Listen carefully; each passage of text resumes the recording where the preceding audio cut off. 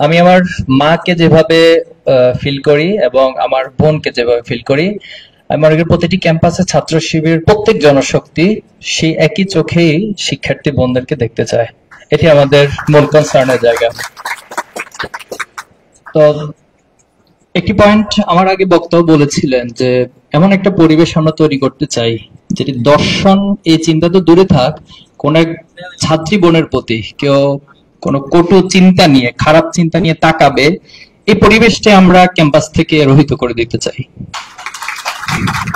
আল্লাহ সাল্লাম একবার বলেছিলেন যে সানা থেকে হাজার মাউত পর্যন্ত কোন একজন মেয়ে হেঁটে যাবে অথবা কোনো একজন মহিলা হেঁটে যাবে, কিন্তু মানুষের মাঝে শুধুমাত্র আল্লাহর ভয় ব্যতীত আর কোনো ভয় থাকবে না। সেই পরিবেশটা আল্লাহ সাল্লাল্লাহু সাল্লাম স্বপ্ন দেখেছিলেন এবং স্বপ্ন আল্লাহ সাল্লাল্লাহু সাল্লাম সাহাবায়ে আজমাইনদেরকে দেখিয়েছিলেন এবং তার বাস্তব রূপ আমরা খোলাফায়ে আজমাইনের যুগে দেখেছি।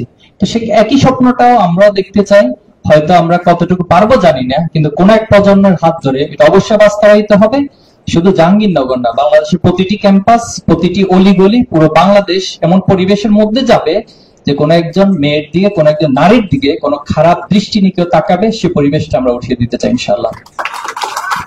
ছাত্র শিবিরে অন্তর্ভুক্তির বিষয়টা যেটি বলেছেন, ছাত্র শিবিরের জন্য শিক্ষার্থী হিসেবে যে কোনো অধিকার আদায়ের কাজে সম্পৃক্ত হওয়ার সুযোগ রয়েছে, কিন্তু একটা জায়গায় আমরা খুব বেশি সচেতন থাকবো, সেটা হলো কারণ আমাদের অপর যে ছাত্র সংগঠনগুলো আছে তারা একটা কমিটি দেয়, কমিটির সংখ্যা হয় 200, 250 অথবা 300 প্লাস, এরকম কমিটির সংখ্যা আমরা প্রায় সময় দেখি। তো সেখানে আমাকে খুঁজে বের করতে হয় যে কতজন নারী শিক্ষার্থী আছে। আমি 300 জনের মধ্যে খুঁজে পাই গুনে গুনে 5, 6 অথবা সর্বোচ্চ 10 জন খুঁজে পাই। এখন আপনি আমাকে বলুন, এটা কি এক ধরনের বৈষম্য নয়? তো এটা যদি বৈষম্য হয়ে থাকে তাহলে আমাদের কনসার্নটা কি? আমরা চাই যে ছাত্রীদেরও ঠিক সেম ওয়েতে 200 জনের একটা কমিটি হোক একটা ক্যাম্পাসে, এবং সেই 200 জন কমিটির নেতৃত্ব ছাত্রী বোনরাই প্রধান হিসেবে দিবে।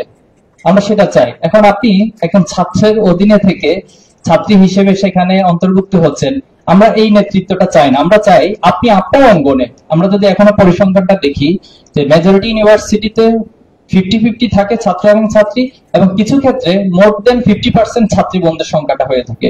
তাহলে কেন সেখানে আপনি 200 জনের মধ্যে 5 জন 10 জন কমিটির মধ্যে অন্তর্ভুক্ত সন্তুষ্ট থাকবেন?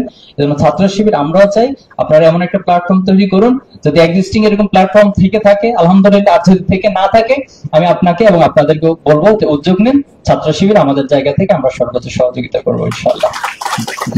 আর কমন ইস্যুতে, ক্যাম্পাসের যে কোনো কমন ইস্যুতে আমরা সম্মিলিতভাবেই এজেন্ডা এবং আমাদের যে কর্মসূচি সেটাকে আমরা অ্যাপ্রিশিয়েট করব এবং সেটা সম্মিলিত কমন ইস্যুতে সবাই একসাথে কাজ করব। দেখুন, আপনি প্রেম করবেন, শিবির বাধা দিবে কি জন্য? সিগারেটের গায়ে লেখা থাকে ধূমপান স্বাস্থ্যের জন্য ক্ষতিকর, আইনগতভাবে সে পাস, যে এটা লেখা জানা সত্ত্বেও আমি খাচ্ছি। বাংলাদেশের ভোক্তা অধিকার আইন মোতাবেক সিগারেট কোম্পানি দায়ী নয়, কারণ এটা খেলে যে সে অসুস্থ হয়ে যাবে এটা এই গায়ে লিখে দিচ্ছে।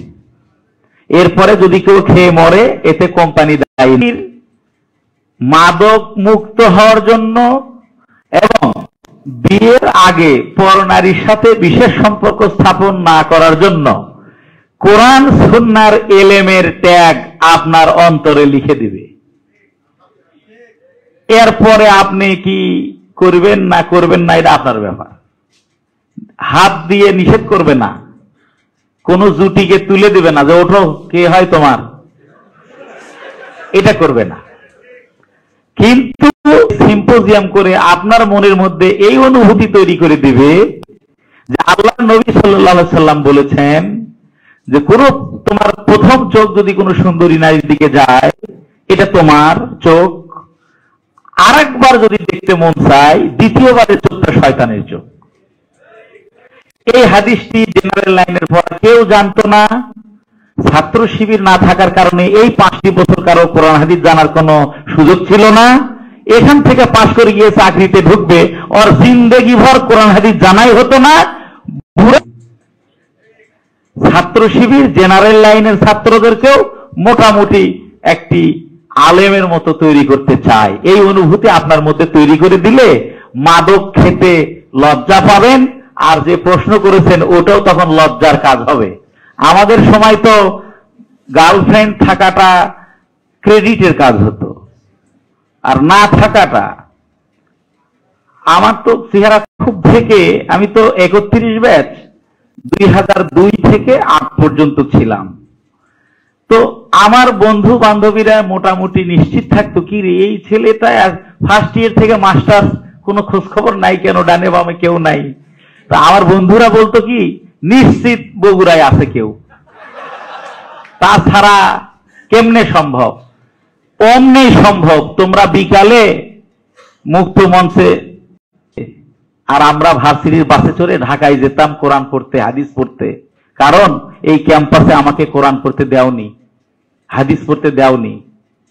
এই কোরআন আর হাদিস পড়ার জন্য ঢাকায় যেতাম।